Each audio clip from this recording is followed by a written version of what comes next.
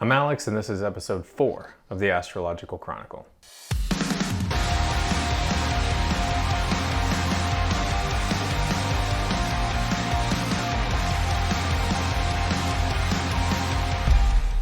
This episode is a follow-up to my previous video on the Mercury-Saturn opposition. There are 5 events that I'll cover here. All of them occurred in the Mercury-Saturn opposition between July 23rd and August 8th. This period covers a 15-degree orb. If you notice any events that match the Saturn-Mercury archetypal complex, let me know in the comments. So we're looking for interactions between Saturn's associations with reality, groundedness, limitation, work, structure, and tradition, with Mercury's focus on communication, logic, thinking, teaching, or things that connect literally or metaphorically, such as bridges or dialogue. To quickly recap the Mercury-Saturn opposition, we'll go over to Archetypal Explorer. We can see that with a 15-degree orb, Mercury begins to transit opposite Saturn on July 23rd. As I move forward, it reaches exact on July 30th and fully separates on August 8th. On to the news. On July 23rd, a New York Times article described the breadth of Georgia District Attorney Fani T. Willis's investigation into Donald Trump and his allies regarding the 2020 election. While this investigation began before the Mercury-Saturn opposition took place and has continued on afterwards, it is the article itself that is the example of the Mercury-Saturn complex. The journalists who wrote the article bring together facts of the DA's investigation with insights into Willis's history as a prosecutor and trial lawyer in order to develop a sense of the direction and scope of the case for the readers, defining its broad contours. To paint such a picture requires methodical, thorough thinking. Saturn applies discipline and rigor to Mercury's thinking and intellect. So here, the journalists show strategic, critical thinking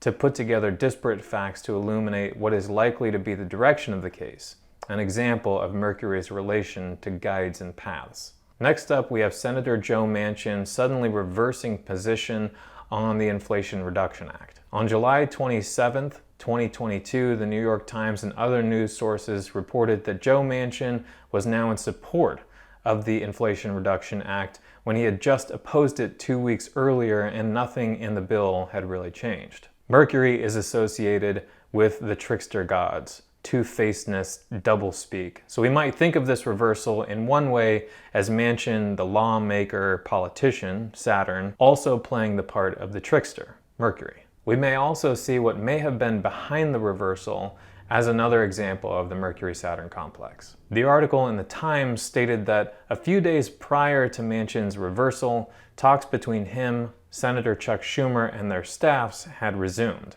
As I've indicated in my previous Mercury-Saturn video, discussion and negotiation are both Mercurial and Saturnian characteristics. As part of negotiation, often sacrifices and concessions are made. And there we see Saturn's association with limitation. It is possible that Manchin agreed to the passage of the Inflation Reduction Act because he was able to secure commitment that a separate measure would pass permitting new gas and oil energy infrastructure to be built. We can see here the larger Saturn-Uranus square at play once again. Policy that is aimed at progress and liberation, Uranus, coming at a cost, requiring sacrifice, Saturn. Sometimes with Uranus-Saturn, there is the appearance of canceling out, such as the IRA's investment in renewable energy technologies and subsidies for electric vehicles, but at the cost of new oil pipelines being built. Third, as an example of the sort of hesitance or cautious thinking associated with Mercury-Saturn is Secretary of State Antony Blinken's resistance to designating Russia as a state sponsor of terrorism. On July 28, 2022, the U.S. Senate passed a non-binding resolution calling for this designation. House Speaker Nancy Pelosi, Ukraine's president, and parliament have joined in calls for this designation. However, this designation is currently reserved for North Korea, Syria, Cuba, and Iran and could complicate diplomatic relations later. Blinken responded that the State Department was responsible for taking the criteria that Congress has written into law regarding the designation and to compare that to facts on the ground, a process that he said is underway. Blinken's cautiousness and concern for adherence to fact and law are examples of Saturn's influence on thinking about navigating the path forward. Again, Mercury's associations to paths. Number 4. On the week of August 1st, House Speaker Nancy Pelosi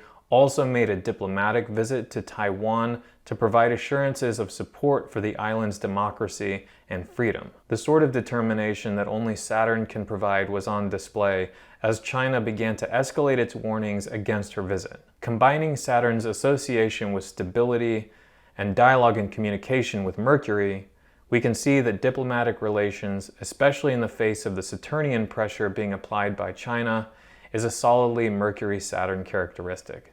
Thus, both Pelosi's resistance and China's authoritarian response are two sides of the same Saturnian archetype. At that time, Mars was also square to Saturn. China's live-fire military drills off the coast of Taiwan in reaction to Pelosi's visit was an example of this Mars-Saturn square. Mars being associated with military and aggression, and Saturn with strictness and force. Number 5, and lastly, we have an example of the Saturnian expression of sadness, somberness, and tragedy combined with Mercury's association with speaking and speech. In the week of Monday, August 1st through the 5th, we saw in the Parkland trial the friends and relatives of the 17 people who were killed at Marjory Stoneman Douglas High School take the stand. And there, they divulged to a jury the depths of their despair since losing loved ones to gunfire 4 years ago on Valentine's Day. To quote directly from the article, over 4 days of profoundly emotional testimony, they shared painful and intimate details that laid bare how their internal lives remain shattered and how massacres like Parkland leave families with years of unresolved sorrow. The article concludes with this. As victim after victim spoke, many people in the courtroom gallery wept. So did several defense lawyers. That's it for this week's video. I'll see you next week.